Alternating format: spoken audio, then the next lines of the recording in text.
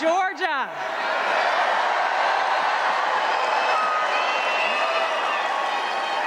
Amazing. It is so inspiring and electrifying to be here with all of you here tonight. How many veterans or members of the military we got in the crowd? So we got 12 days and a wake up till Election Day. The heat is on. It's funny how crazy things have been and how much has changed. You know, I was a Democrat for over 20 years. The Democrat Party that I joined is completely unrecognizable today. I never would have imagined that we would have a Democrat Party under Kamala Harris that is anti-freedom. It's the party of war. It's the party of censorship. It's the party of open borders, and it's the party of poverty. Who would have thought that Kamala Harris and Dick Cheney would define today's Democrat Party? What's crazy to me is when Dick Cheney and Liz Cheney announced their endorsement of Kamala Harris, I thought, gosh, you know, the old Democrat Party would have said thanks but no thanks, because we're a party of peace. Not anymore. Kamala Harris, without even pretending to care about peace, shamelessly embrace their endorsements, and the endorsements of those who care more about power and feeding the war machine than they do about taking care of our brothers and sisters in Western North Carolina right now.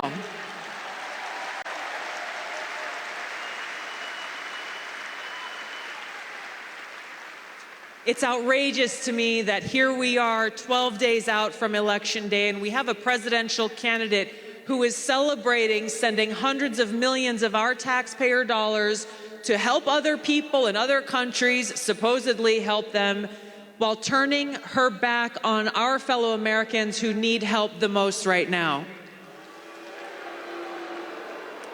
We have friends who are veterans who are still out there in Western North Carolina, who are still getting out there to the small towns, who have not seen anyone from any government agency show up to help them.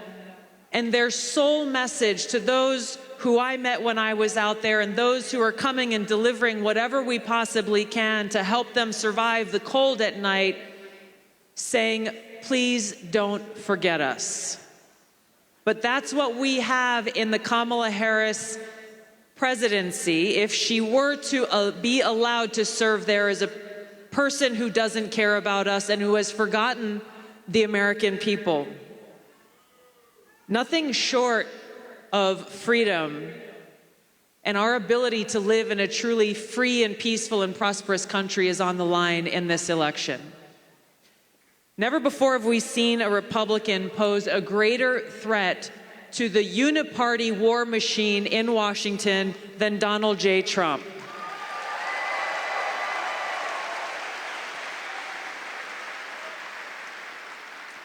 And that's why they have been doing and are doing everything they possibly can to destroy him. First, to try to remove him from the ballot, then waging lawfare and weaponizing the Department of Justice and law enforcement at every level in a way that has never happened before in this country. All so that they could have this talking point to try to tell us, the American people, well, who are you going to vote for, a felon?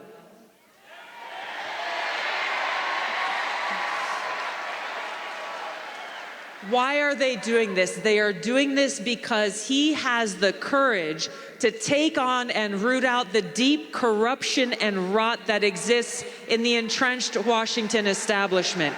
And he's doing it for us. No matter what they throw at him, when you look at him, it seems like his resolve grows stronger and stronger. He is not backing down. So we face a pivotal time as Americans, regardless of anyone's political affiliation. The choice for us is very clear. We have a choice between a presidential candidate who has shown through her record that she would have a presidency of more war, and more war, and pushing us to the brink of nuclear war. She would have a presidency that is against free speech, not hesitating to use the levers of her power to retaliate against political opponents, as she has done with Donald Trump, as she has done with Bobby Kennedy, and she has done with me. They went so far as one day after, when Kamala Harris was announced that she would be the nominee going forward to replace Joe Biden, I spoke out on Fox News about how dangerous that would be for us as Americans if she were to be the person with the nuclear codes. The very next day, I was placed on a secret domestic terror watch list called Quiet Skies.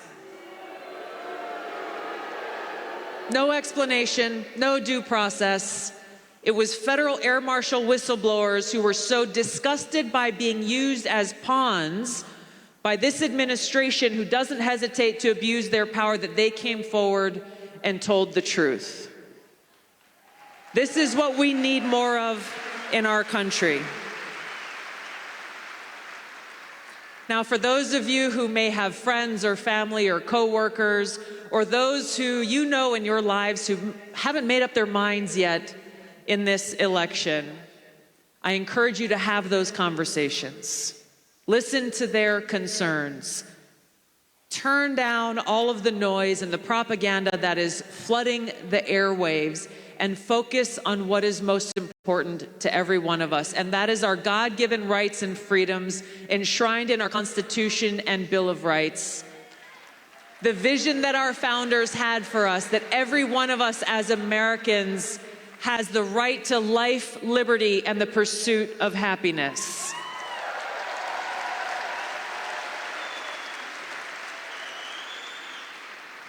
It is up to us to save our country.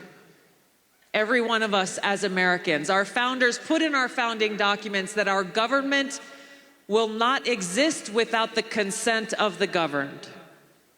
When they wrote those words, "we the people," that is and was and always will be a direct call to action to every one of us to fulfill our responsibility as citizens in this country to defend our freedom, because our freedom is on the line.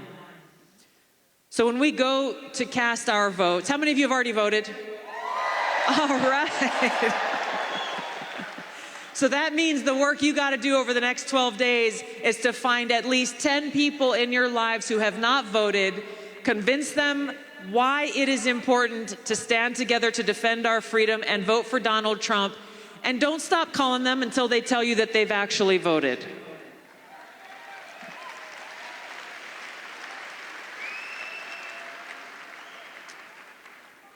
Our ability to live in a truly free and peaceful and prosperous society is what is at stake in this election, and that affects all of us, no matter who we are or where we come from. There's no doubt in my mind that President Trump is our best and only hope in this election to lead our country, to save our country, and to save the world, bringing peace not only here at home, but abroad.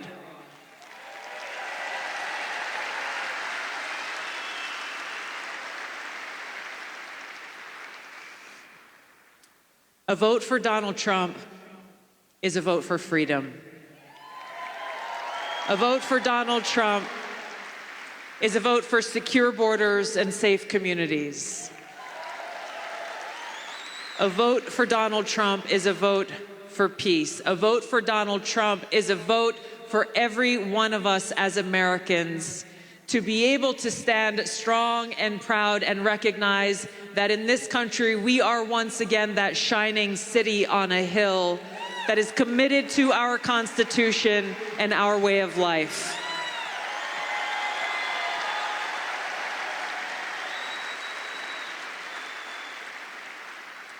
We've got 12 days and a wake-up.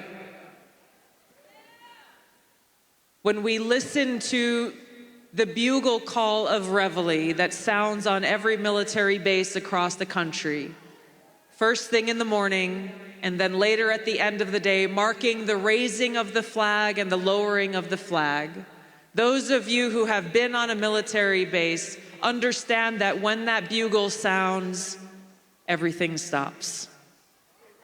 People walking down the street will stop. Cars driving down the street will stop. Everything stops for those moments because it's an opportunity for every one of us to reflect on what that flag means, to reflect on the lives that have been sacrificed, those who have paid the ultimate price to defend our freedom, and to never forget.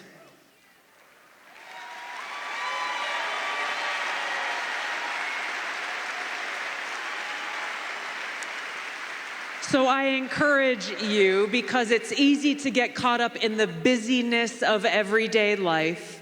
It's easy to get caught up in the back and forth sniping that happens in our politics too much. It's easy to get caught up in the noise. It is critical for us to remain firmly rooted and grounded in our purpose and this no-fail mission that every one of us faces in this election, the most important election of our lives. That on those days when we may feel weary, on those days when your friends or your family may be spewing hate and criticism at you because of the position you have taken in supporting President Trump and defending our freedom, in those days when it feels like it's just too hard, think back to the sacrifices those before us have made so that we can gather here today in the greatest country in the world and work harder. We cannot rest until we do all we can to bring our country together around our shared ideals and principles. Vote for President Trump to send him back to the White House so that he can make America great again, and so that we can get to do the real work of making sure our government is once again of the people, by the people, and for the people. Thank you all so much for taking a stand for our country and for your support for President Donald J. Trump. I am proud to be with all of you. Thank you so much. Thank you.